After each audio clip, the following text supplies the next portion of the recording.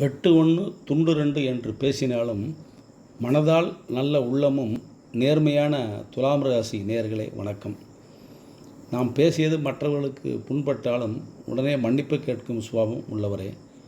கிடைத்ததை கொண்டு திருப்தி அடைவீர்கள். திடீர் என்று முடிவை மாற்ற வேண்டாம்.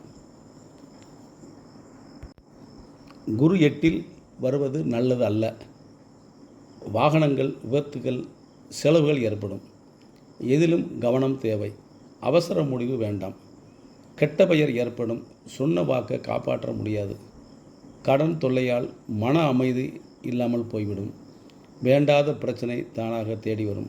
கோர்ட்டு கேஸ், போலீஸ் பிரச்சனை, அரசு துறையில் பாதிப்பு வரும். எதிலும் உஷாராக இருக்கவும். கல்வியில் தடை ஏற்படும். கவனத்துடன் படிக்கவும். கணவர் மனைவி பிரச்சனையை சுமூகமாக தீர்க்கவும். நண்பர் எதிரியானார்.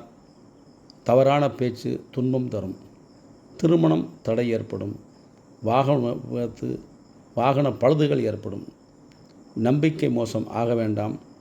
மருத்துவ செலவு, திடீர் செலவுகள் தானாக தேடி வரும். தவறான வகையில் பணவரவை தவிர்க்கவும். முடிந்தவரை யாரிடமும் உறுதி அளிக்க வேண்டாம். மன அமைதியும் இறை வழிபாடும் தங்களை காப்பாற்றும். தாங்கள் செய்த தர்மம் கை கொடுக்கும். வியாழக்கிழமை தட்சிணாமூர்த்திக்கு எப்பொழுதும் ஒரு நெய் விளக்கு போட்டு அவரை வணங்கி வரவும் துன்பங்கள் தீரும். நல்லது நடக்கும். நன்றி, வணக்கம்.